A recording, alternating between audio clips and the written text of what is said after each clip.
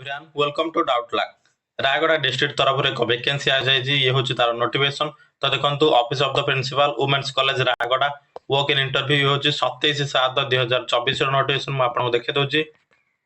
देखो तो work in interview for the engagement of guest faculty and other post in women's college Rayagada will be held on 11 August 2024 Sunday at 10 AM तो देखो ये हूँ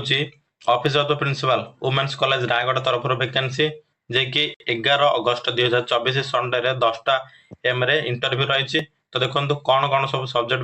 vacancy आसी ये देखो सब्जेक्ट और post guest faculty in IT बा इनफॉरमेशन टेक्नोलॉजी तरफ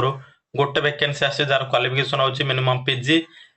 with minimum 55% marks in PG level and concerned subject तो आपण पीजी रे 50 मिनिमम 55% मार्क्स थिबो जे कि ताहे तो आईटी मध्ये थिबो तो आसिला तापरे असिस्टेंट लाइब्रेरियन जार क्वालिफिकेशन होची +3 गोटे नंबर ऑफ वैकेंसी होची गोटे जार क्वालिफिकेशन होची बैचलर और इन लाइब्रेरी साइंस तो लाइब्रेरी साइंस रा आपण बैचलर करथिबे ता आसिला जूनियर